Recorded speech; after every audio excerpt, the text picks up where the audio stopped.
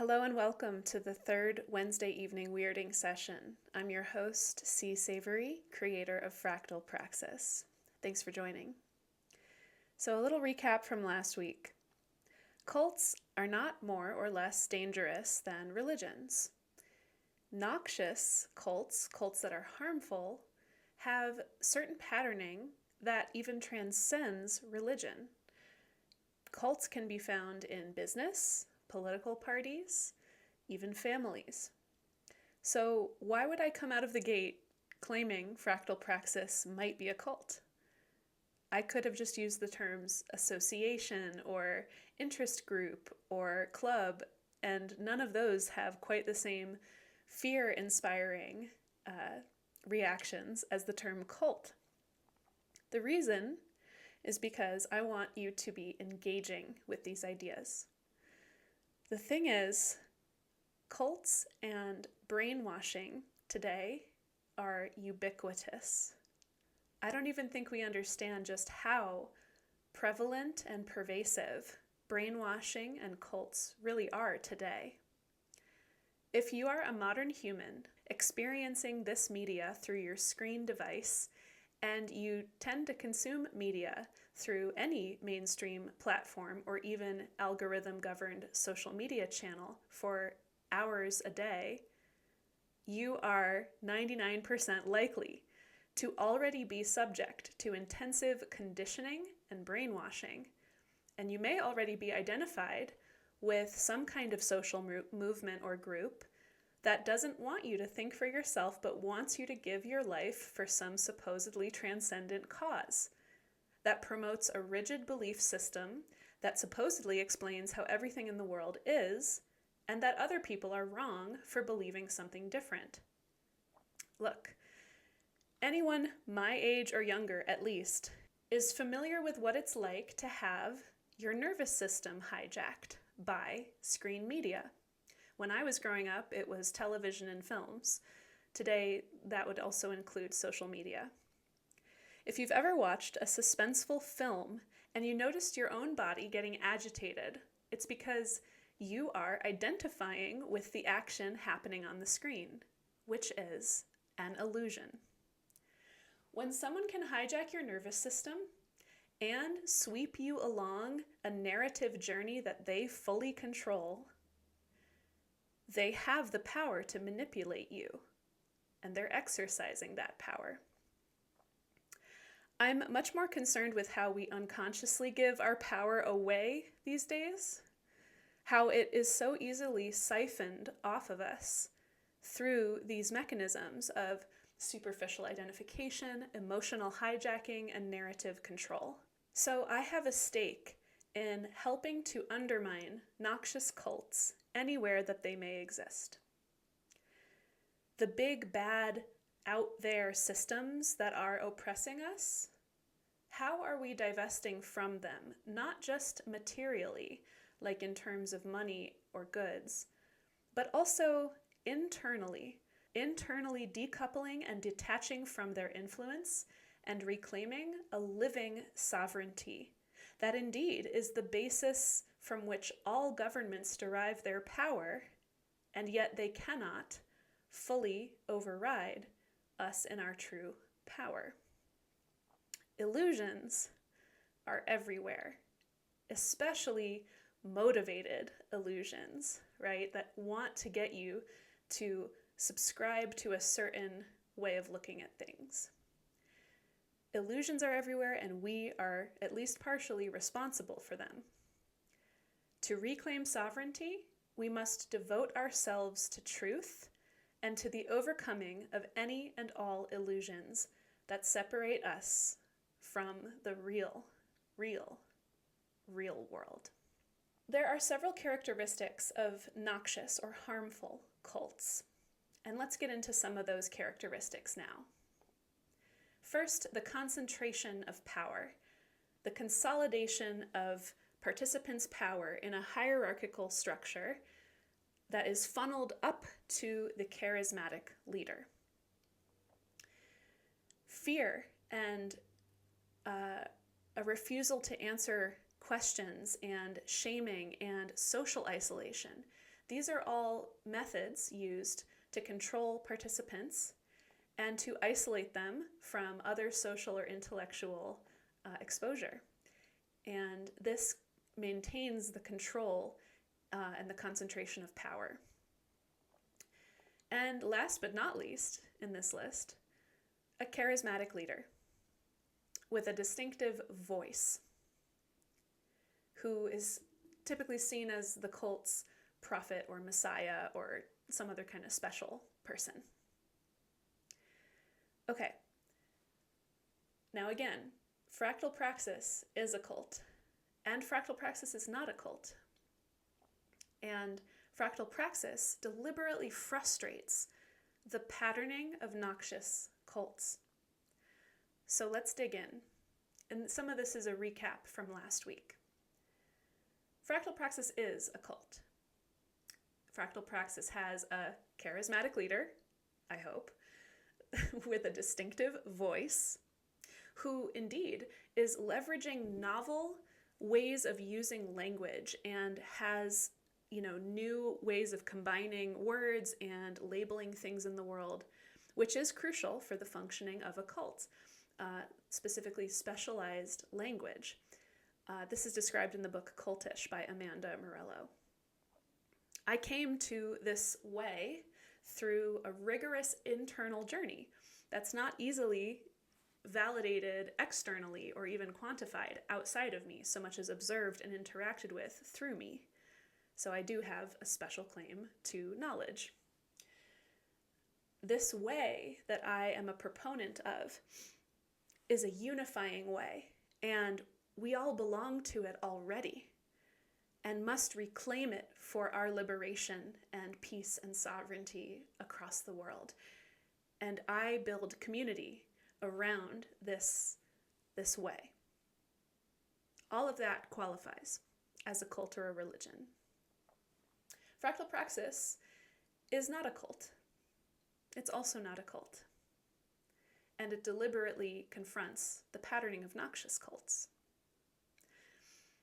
First of all, sovereignty through pattern analysis. When you understand the patterning underpinning things, you are much more capable of navigating the world skillfully. So part of my effort here is simply to promote awareness and understanding of what makes cults dangerous and how authoritarian patterning can play out in cults, whether religious or not. There is no penalty for not believing in Fractal Praxis, and no formal subscription to Fractal Praxis is required. You don't have to be a believer of the doctrine of Fractal Praxis to be someone who intuitively grasps what it is that life is doing and in the universe, and what your role is to play in that, how to bring about goodness through your life. That's what I would call lowercase fractal praxis, little f, little p. I have laid claim to the title Fractal Praxis, capital F and P, mainly because I don't want others degrading or exploiting or diffusing my spiritual and intellectual work that I'm here to share. But I also don't want all of you to come and join my organization called Fractal Praxis. That's up to you. You can easily just proceed with your life in the lowercase fractal practitioner way and benefit the world, and that's perfect. I'm going to come back to the topic of transparency again in a moment, but just to be clear, there's no mystical inner text, that only the elite can access in Fractal Praxis. In fact, the core text is public. It's this doctrine of Fractal Praxis, this belief that, we are fractals of life, of the pattern of life in the universe, and our purpose, therefore, is to further the project of life in the universe, further the conditions for life to thrive through our process of being, which is a process of learning and adaptation. These are basic ideas, and you can publicize this idea freely. Please spread it. By spreading it, you will foster the creation of more lowercase fractal practitioners. And is what I just claimed true? I believe it is, but really, I want to know what you think. Fractal Praxis actually wants you, all people, everywhere in the world, whether they know about this or not, to become deeper sense makers who are doing the work to reconnect themselves to the world through grappling with what is true and revising and calibrating your maps of meaning, that is, your worldviews or cognitive structures, based on attunement with the world. Anyone who chooses to subscribe to Fractal Praxis ought to be observing improvements in their life from the work and the theory, but only you can measure that. We optimize for effectiveness and harmony in our way of being in the world. And so necessarily this will look diverse and distinct for every single individual. There is no rigid order or dogma to judge you right or wrong against. There's no penalty for not believing. There's only the prospect of advantage from adopting some of this worldview or participating in this way or participating with Fractal Praxis offerings and observing how it acts upon you and interacts with the world. There's nothing bad that happens to you when you leave any kind of formal relationship with the organization. Everything I do and have done for a long time professionally is strictly invitational, strictly premised on consensual, cooperative, participatory systems, because that is indeed how true mutualism arises in ecosystems and in human communities and societies. So as we've discussed, I'm not trying to consolidate your power, because to do so would be antithetical to the worldview of Fractal Praxis. I have no need to establish an unquestionable mythos, like I'm some divine authority that you must listen to. Everything is questionable, on purpose.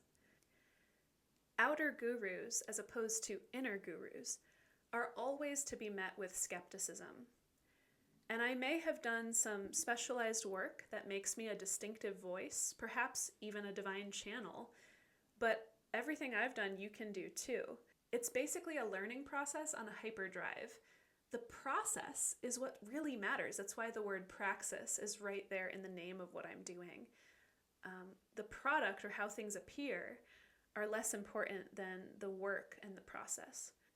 Fractal Praxis loves uncovering the truth of things, the work to uncover the truth, and the work to try to struggle to put the right words to things, words and new ways of looking at things that unlock even more power, and the reckoning that comes from really facing the truth consciously.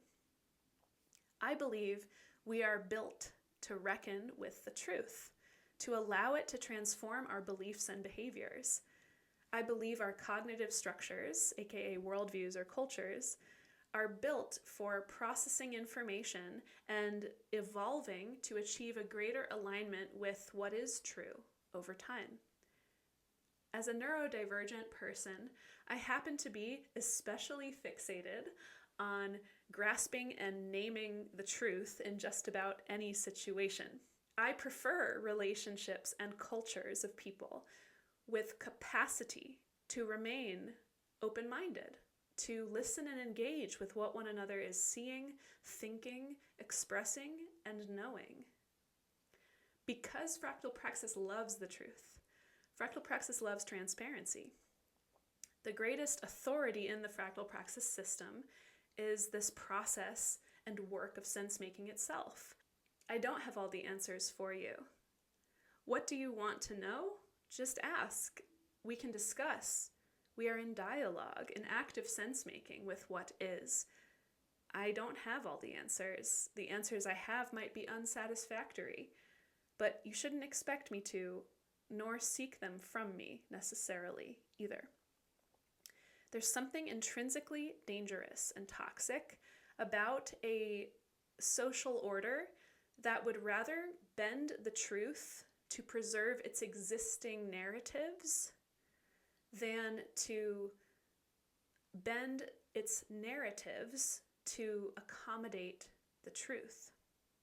I believe truth is meant to cut through lies, even unconscious lies that we might have internalized over time without even knowing it, stories about ourselves and about the world. I think truth is meant to cut through that and reshape us, and that is inherently a transformational process. So I have the responsibility to engage with others' ideas and promote my own ideas, even if those ideas are imperfect, if they might have a chance to help us live better. So in all of this, I'm trying to get at what's true. I'm trying to figure it out as I go, and I want you to join me in that. I'm even willing to openly discuss the prospect that fractal praxis is religious or a cult, or that it could cause harm. Of course it could, because it is a story. The map is never the territory. Any endeavor in this world can cause harm to the extent that ignorance is embedded in its transmission. So it's up to us to perceive this as clear-eyed as possible. So fractal praxis is a cult and is not a cult at the same time. Depends on how you look at it. Depends on how you define cult. Both of these statements can be true, as paradoxical as that might seem. Paradox is often involved when we're trying to get at the truth. I both know what I'm doing, and I don't know what I'm doing all the time. Yes, that's a paradox, but it's very true. So at the end here, what do we have? We don't have a prescriptive path. We don't have coddling, comforting, oversimplified information. We don't even have me persuading you of something. Instead, we have complex information that, if held in its nuance, can't be fully resolved or fully reduced into a simplistic answer. You, as a sense-making being, do have the power to collapse like a waveform collapsing into a particle upon observation. You have the power to collapse a fixed meaning about fractal praxis and to operate from that belief. And here's the big revelation, if we can even call it that. You're always doing this. You're always making sense, even when you're not, right?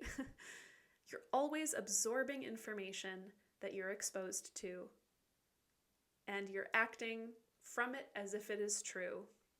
This is usually and largely an unconscious process. My work here is simply to bring it to consciousness.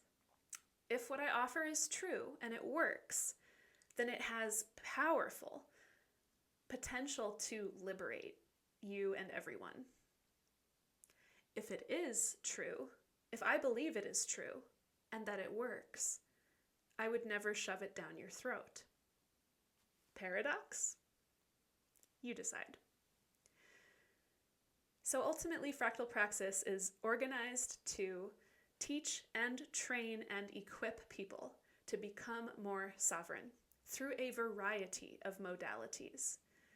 The irony here is that when I talk about becoming more sovereign or more free, more liberated, once you have, shed all the false selves, all the false stories, all of the stories that are actually hindering you from being your truest self, you end up more profoundly in relationship with all of the relations that encompass your existence. So it's both about attaining more effective right relationship with everyone and everything, and attaining more freedom, which again might seem like a paradox, but sit with that a little more. Attaining peak freedom through accountability to relationships? Anyway, I'm just going to tease some of the offerings that Fractal Praxis has in mind in terms of courses and cohorts and trainings that I hope to offer. And I would love to hear from you about which of these ideas resonate with you so that I can focus on crafting those before other options. Resilience to brainwashing. Both resilience to how you absorb and process information and how you filter true from false information. Developing sovereignty around what you believe, who you identify with and who you engage with, and taking more direction over the shaping of your own worldview. Skillful adaptation, mindset, and worldview transformation. So if we adopt the perspective that worldviews are meant to evolve, they, just like our bodies are subject to evolution, our minds and our cultures, our mindsets ought to also be subject to evolution. So how can we handle transformations in our worldview in the most effective ways that don't leave us totally shattered and on the floor and completely dysfunctional because everything we thought we believed fell apart? This is a time of great change, so a lot of what we think is true is going to fall apart. So how do we skillfully engage with worldview evolution? Intuition development. How to be effectively guided from the part of ourself that is capable of integration, being guided by that part more in a spontaneous way, and developing a relationship with intuition that is highly rewarding and also secure. Critical thinking, pattern analysis, and differentiation. There may be toxic belief systems or family dynamics or environments that you're a part of that you want to break free from. One of the ways to do this is to engage in critical thinking and especially pattern analysis. I also want to promote, just put a little plug here for the fact that I offer one-on-one sense-making sessions. Sense-making sessions are where you bring your full self and the meaning that you're making from your situation into a session with me, and I bring my full self and the way I make sense of things into a session, and together we delve deep to try to get to the root causes of what is manifesting in your situation. If you feel really stuck or like there's a pattern that keeps repeating itself in your life and you're just not sure how to break through, consider joining me for a one-on-one sense-making session. In closing, thank you for watching and witnessing. This is the time in the session where we pass the proverbial basket. If you would like to support the work of Fractal Praxis, please make a donation using the link in the description below, or consider becoming a formal Fractal Praxis member. With that, I wish you farewell. Merry meet and merry part, and merry meet again.